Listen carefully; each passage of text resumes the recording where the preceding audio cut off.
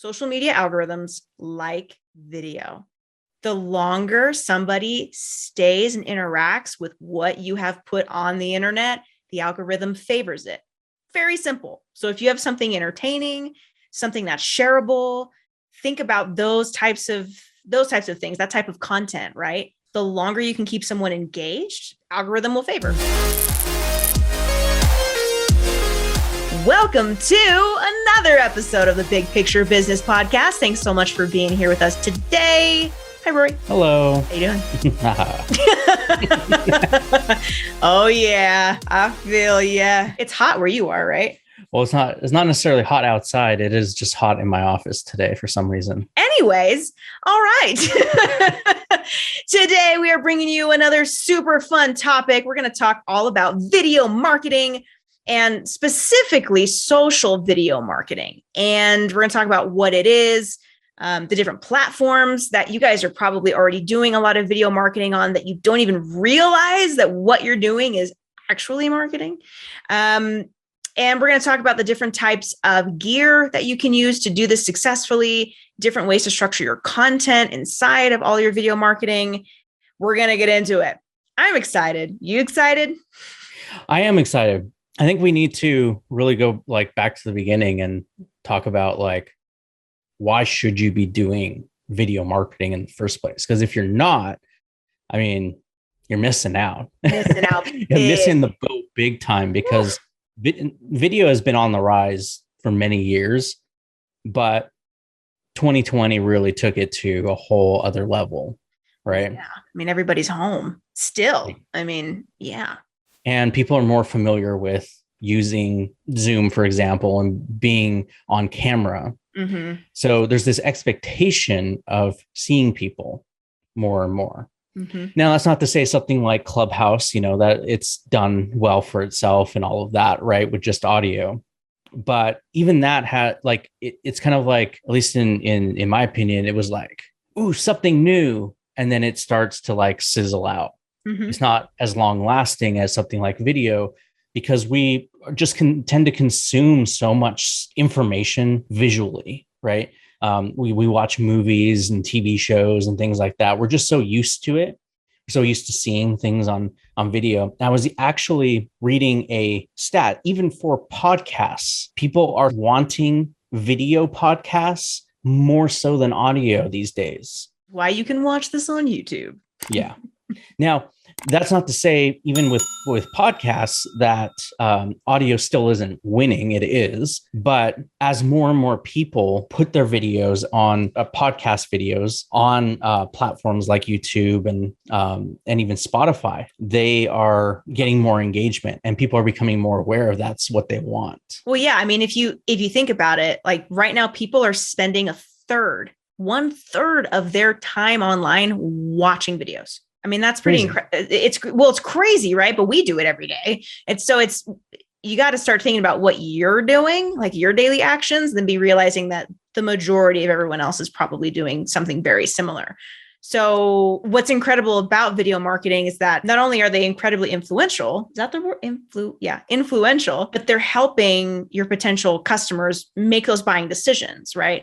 I mean, for example, I know that when we first started our podcast, people didn't know that you could watch on YouTube from the beginning. And so we've since had some people email us and say, oh my gosh, you guys are so funny, to watch rather than just listening, right? Because you can see our reactions to things. And so, yeah, it's a whole other dynamic rather than just listening.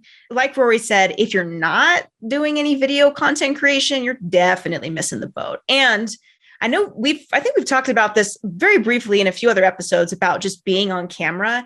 It takes time. I mean, I wish we still had some of those videos way back in the day when we first started doing Forever Your stuff with our band, because those videos were really bad.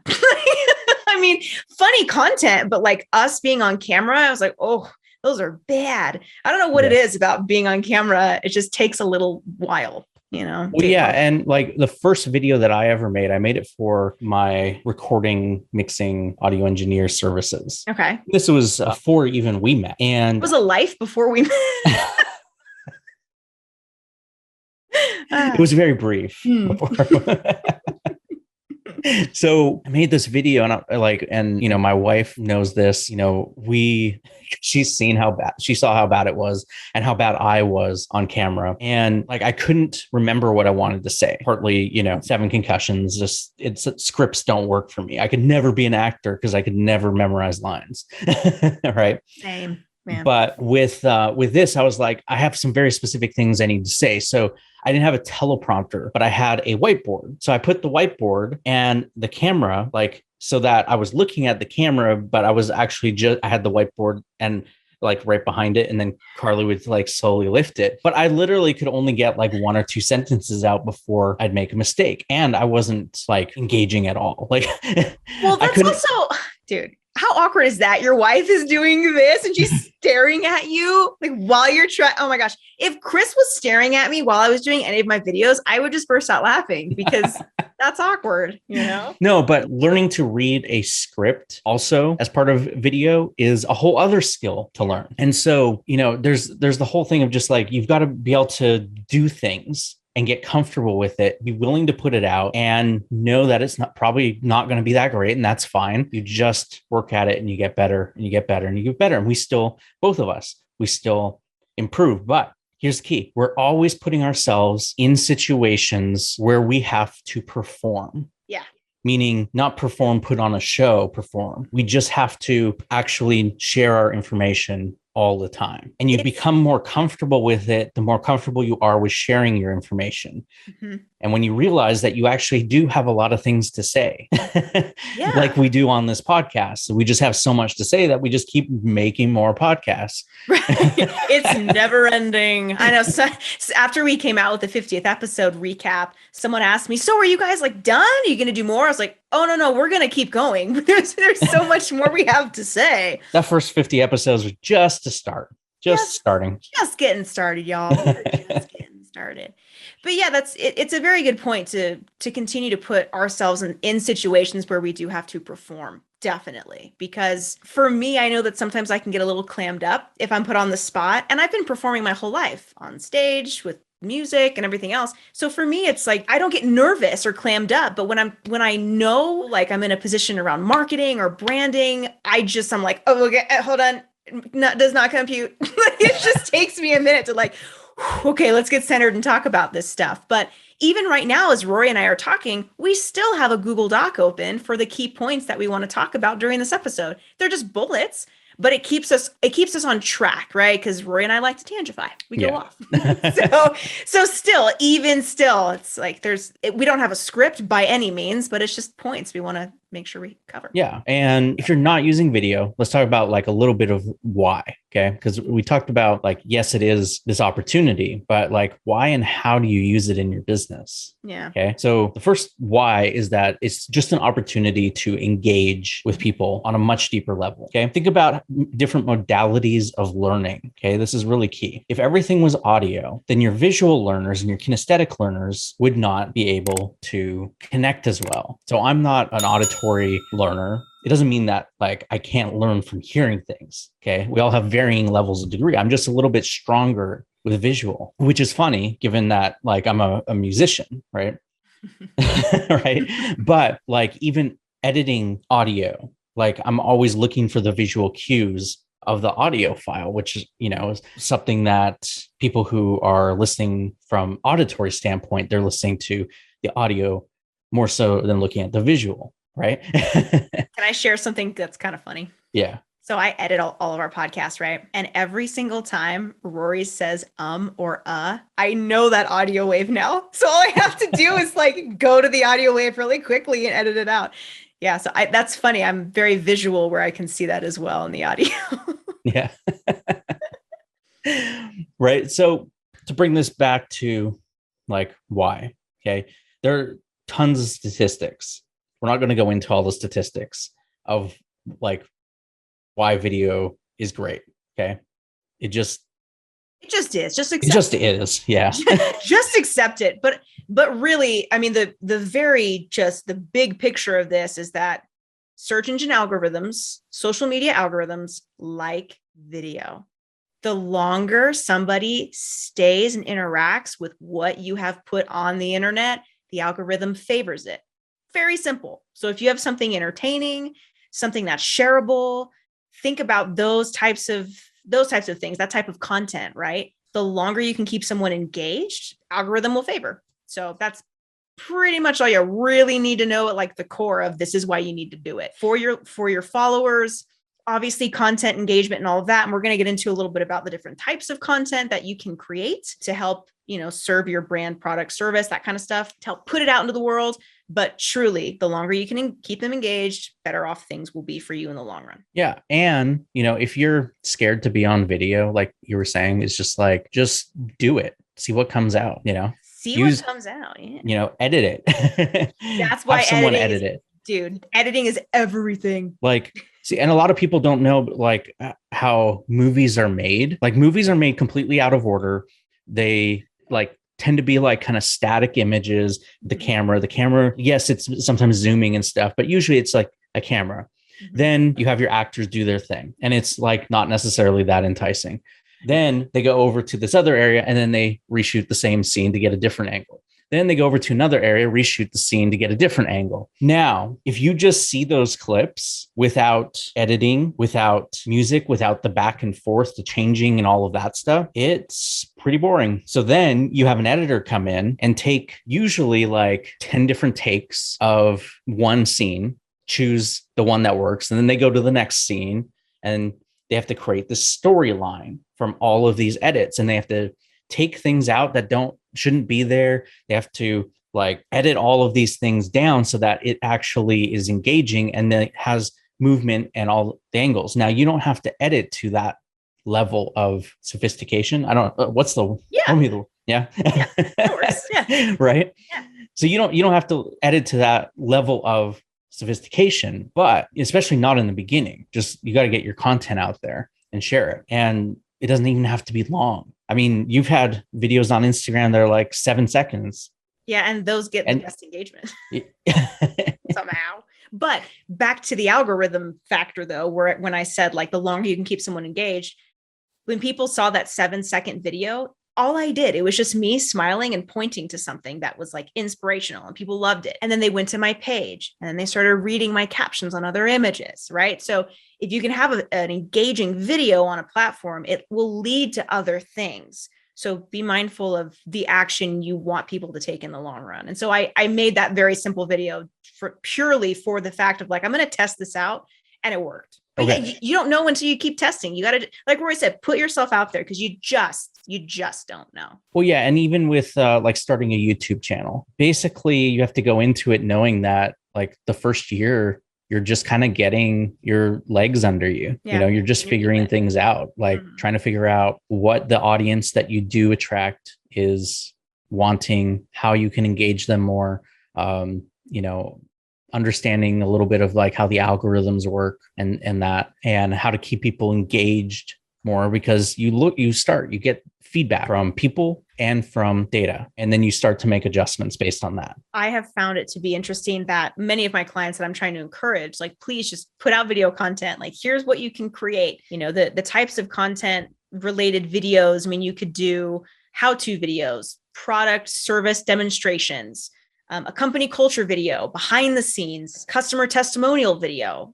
You could do a employee highlight, something that really shows who you are, what you do, what you can do for your potential customer. And then obviously like doing a web series, like a course, again, back to the short how-to videos, things like that. But so I'm constantly encouraging my clients to do that. But I keep getting the question like, well, isn't video marketing like paid advertisement with videos? Isn't that just for, big corporations? No, it is not. I mean, a good example of like larger corporations that have done this really successfully, I would say are like the Geico Hump Day. That's a really good one. Or Allstate's Mayhem, also another super solid example of like really, I mean, we all know what that is. I don't need to tell you what that is, right? Super successful video marketing on a big scale. But that's not to say that you can't do that just with your personal channels, your personal platforms.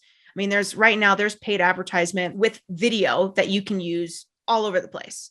So don't think that you cannot do that, because it can be something so simple that you absolutely can put together. Well, yeah. And like most people who are selling courses, products, even, physical products, or even like, intangibles like coaching and things like that, they're just getting on camera and talking, just like, we're talking here about their specific information and how they can help people, right? And maybe they have an outline, or in some cases even a script, but the thing is that like they're utilizing it as part of their marketing strategy. Yes. So what are the different types of platforms for video marketing, Rory, that you recommend? Well, okay, I think we need to discuss live versus recorded video. Agreed. Okay. Now, most platforms have options for both. Okay. But you have to decide if you're going to be someone who is recording a video and editing it and putting it up, or are you just pulling out your phone or your computer or your iPad or whatever it is and going live, and that's going to have no editing. I think both of us started with edited videos to get comfortable with what we were putting out and being able to make mistakes and edit them out and all of that. Yeah. And then move to live. Some people, they're perfectly fine getting on camera, just picking it up and just talking. Both have their place in the video marketing world. Now, I would say you probably need to do both, but pick one to go with in the beginning and just go with it and see what makes sense. Even after we did so many videos, like we've edited it, we've gone through this whole thing. The first time we did a live for the podcast was really nerve-wracking for me. It's like, I can't edit this. And I have a bit of a potty mouth. And so that I really had to check that. Yeah. But you've been getting better because we have been made it like a rule not to do that. So the more you, but every now and then you really just need to drop an F-bomb. You know what I mean? But especially, I think once we made the decision that this was not going to be an explicit podcast, we have to, I guess moving forward, we do have to tell our guests like, hey, easy. This is an educational platform. We had a guest on recently. It was kind of funny. He asked that question. Can I swear? I'm like, no. I mean, within reason. No, let's just say no. Yeah. I mean, it's what audience are you trying to attract? Right. Right. Yeah. And how do you want to be perceived?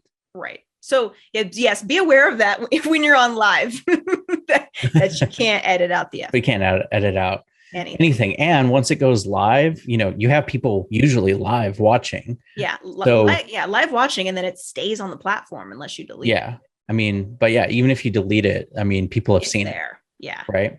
Something else that I want to mention about going live is that we use a service called StreamYard. There's a lot of different services out there similar to this, but basically what it is, it allows you to go live on multiple platforms. I mean, I think now they've got like over 50 platforms you can choose, which is awesome. So that means that we don't have to like set up multiple devices to go live to all these different places at the same time, or resharing or repurposing the content over and over again. So we go live on YouTube, on Facebook, and then Instagram. Well, actually, StreamYard doesn't integrate with Instagram, so I do have to have another device for that. But I know they go live on Twitch and all these other different types of platforms. But all that to say is it's a really good tool. And you can brand it specifically to your business, and you can have multiple people on. I know that Instagram right now only allows 2 people to be face-to-face, and StreamYard, you could have quite a few different, don't quote me on that, but quite a few different people on at the same time, which is great. So you don't have to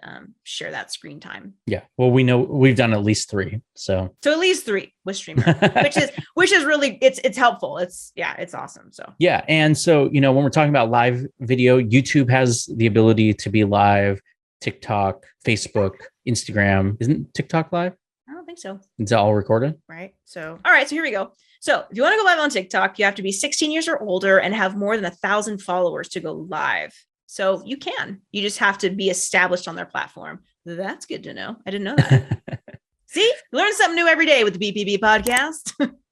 Yeah. And LinkedIn has a beta live program going on right now because they're wanting to roll out and compete in the live space as well. Mm-hmm. So more and more we're seeing that, live video is, kind of taking over, dominating the market, but it's not making recorded video go away. Right. No. So it's just like say a sporting event, like we'll say a football game live, but then you also watch movies, which are recorded, like neither are going away. It's true. So it's kind of like that. And then you just have to decide because like how you approach your videos and your marketing, whether you're going live or whether you're doing it recorded, do change a little bit, right? Because you need instant engagement when you go live. So you need an audience who is really willing to like drop everything and just be there at that moment. Because they don't know when you're going live. They just see the notification and they're like, ooh, this is interesting. Yeah. So you have to really be able to hook people in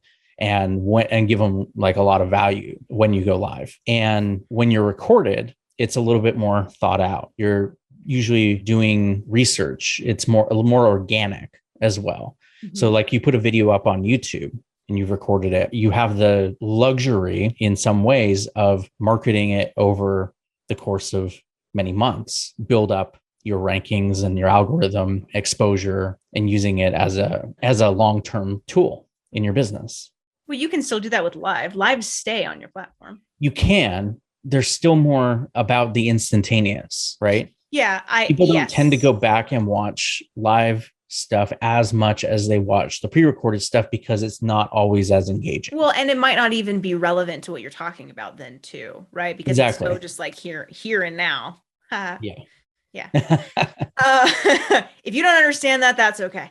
Something else though that I want to mention, and before we started recording, Rory, you had mentioned that there's a certain number of people that don't even watch video with the sound on. If a huge part of the market isn't listening, the only way you can do auto-generated captions or put your own captions on videos is by doing pre-recorded. Because right now, the only software that I have seen to date that actually spits out your captions right away is on Zoom. As far as social media goes, I haven't seen that yet. I know that on Instagram, there are captions that you can use after the fact on something that's been pre-recorded, but it's nice to be able to have captions as an option so that people who have the sound off or who are hearing impaired also can absorb your content. Yeah. I mean, you should always have captions, but more so, I mean, I was saying this, before we jumped on, is that I don't know the exact statistic, so don't quote me on this, but it's something like 80% of people watch videos without the sound. That right? Seems really incredible to me. But I mean, so if you know that, then you need to figure out ways to engage people, and captions are a great way because then they can actually read what you're saying. They can still get the visual element of all the movement and everything going on. But if they're like lying in bed at night and they don't want to wake their significant other and they're watching your video, right, they're not going to turn the sound on just to listen to it. That's totally. They'll just skip it and go to the next video.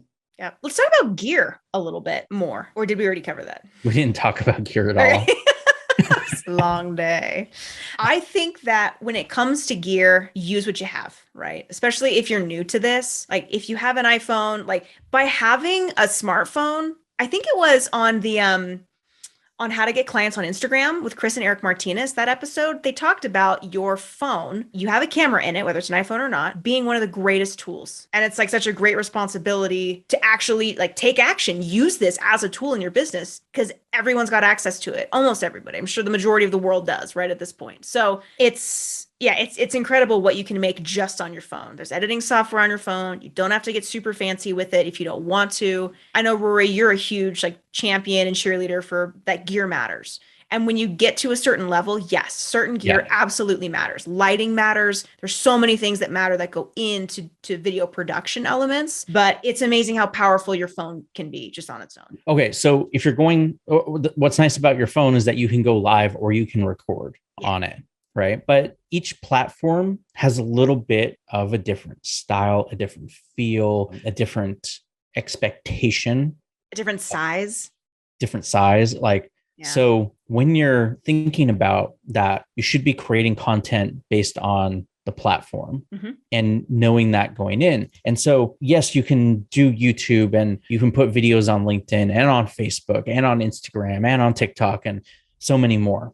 Right. But if you're just getting started with video, pick one and pick the platform that you spend the most time engaging with. Okay. Because you are going to know the style and you're going to have a little bit better understanding of what people are wanting. Okay. Let's talk about in the context of ads too. At certain points when you're developing ads, you need a video that is a little more recorded and professional. There are other types of ads where you want it to have a live feel and you just hold up the camera, hold up your phone and talk to it. You should, if you're running ads, you should be testing both styles. See what works for your audience and see what works for each individual platform. If you have a solid phone with a camera that can record, then which most phones these days can do that, then that's what you need. But you may also need better audio than what your phone picks up, because that doesn't tend to be that great. And people want to be able to hear you clearly. So there's for like very cheap, I mean like $15, $20, you can pick up a lapel mic, like a microphone that you just put under your shirt. And yeah, it's wired and it's attached to your phone. But if you're holding your phone like this and your cord is like coming down and dangling down, people that are watching the video aren't going to see that cord. Right. So you just need something that as you've got your camera there will do the job and get a little bit better quality of audio. Well, okay. So let's talk about what is your next step. Okay. About gear. Okay. So now you're one of two things. You're either getting established with video. You've proven that you're going to continue doing it and that it's something that you want to do. Well, what's next gear wise? Or you already have a significant following. Let's mention that, because if you put out like a grainy video that like has really bad audio quality, but you got, let's say 10,000 followers, well, they're going to be like, that can hurt your brand. Right. Yep. So let's talk about the gear next level. Okay. So there's a lot of like cameras that you can get that provide good quality video. You don't need 4K video, like 1080p video quality, which is HD quality video, is more than enough. And most videos are actually done that way. They've actually found that people don't like the 4K as much because it seems too polished. Yeah, overproduced. Too detailed. Because people want to relate. They want to connect. Not everyone has that style. Well, yeah, and not everyone has the bandwidth to support watching it either on their internet connections. Good point. Right. You can get that, decent camera, even if you have to go and like find one used for like a few $100s. And then you can scale. If you're going up, there's stuff that's really great in the like $1,000 range. There's stuff like $2,000 where you start getting like really into professional level. And then it's just a matter of lenses, what different types of styles, and some cameras, they have a lens where it'll change the focus and the zoom all built within it. Then other cameras, you have to change the lenses, and then you might have a wide angle and you might have an up close one, depending on what type of shots you're doing. The biggest thing is you just don't want to be glitchy or super shaky on a camera or. Well, yeah, you don't want to make people barf. Yeah, exactly. That's so. Even for your phone, you can get holders for it where you can hold it out a little bit, but it's got it's almost like shock absorbers in it. I'm trying to think of what the actual term. Stabilizer. Yeah, it's like, but it's like image stabilization. Some cameras and some phones have that already built in, and you want to make sure that's turned on so that you're not shaking, especially if you're holding the camera. But with some of these holders, you can use that to your advantage and get a little bit further away from yourself holding it, but still have that image stabilization. That's like, there's some, it's like $100 or something to do that. We're barely scratching the surface on gear here too. Like there's hundreds of thousands of products that are out there. There's so much, but like foundationally, visually, you don't have to have the best camera. Lighting is actually more important. 100%. Like, for example, go back to the first video that we did of this podcast and look at my lighting then to now. Yeah. Big difference. You can actually see me now. It's crazy. But there's really cool lights. There's like backlighting that you can get, like neon lighting to set the tone and the mood. There's big ring lights that you can have right in front of your face to like really, like, I know there's a lot of skincare and makeup brands out there that just have like right up on your face to really show everything. Right now, my lighting is just pure natural lighting. I've got a huge window in front of me. So you got to just do what makes sense. You can utilize natural lighting to your advantage, right? So go buy buy a window that has some light. Now, yeah, I might change a little bit, saying you have to like know your weather and plan your day a little bit. Right time of day. Yeah. But you don't even necessarily have to go buy lighting. I know a lot of people who, they have millions of followers on YouTube and they shoot videos just with natural light. It doesn't mean that they don't have the lights and do the other stuff, but they just know how to use lighting because lighting is so important. And your level of engagement that you have with your audience and what their expectation is of the quality that you're putting out. But most phones these days, the quality is really good. The biggest difference is whether your background gets blurred or not. Yes. So if you have that specific style, it's something that you usually end up paying for to get that, really nice background blur. That if that's what you're going for, you might end up spending a few $1,000s to get that look. But if that doesn't matter, especially when you're starting, like then just use your camera. But then also like the next level of audio is that you can have a little microphone that sits on top of your camera. Which is what I have. Yeah. It's like a mini boom mic. The Rode. Oh, the Rode. I called it the Rogue. That's so funny. You'd think that after all these years of playing music, I would remember such things. I've got one right here. Look. Yeah, that's exactly what it is. And they're great. Yeah. What is the actual, it's like Video Mic Pro Plus or something. Correct. Kind of. Yeah. But it's going to be easy enough to look it up. It works so well from a good distance away too. Yeah. And there's varying degrees of them in everywhere from like $50-$60 that do an okay job, better than anything that's built in to a camera or to your phone. Boom mics that are used on, for movies were a few $1,000s for those. But there's a lot of good stuff in the $200 to $500 range that is just excellent. That if you're going for that like high quality sound where you're really present, then it's going to be there. So in terms of software and editing, it just depends on your level in which you really want to get into it.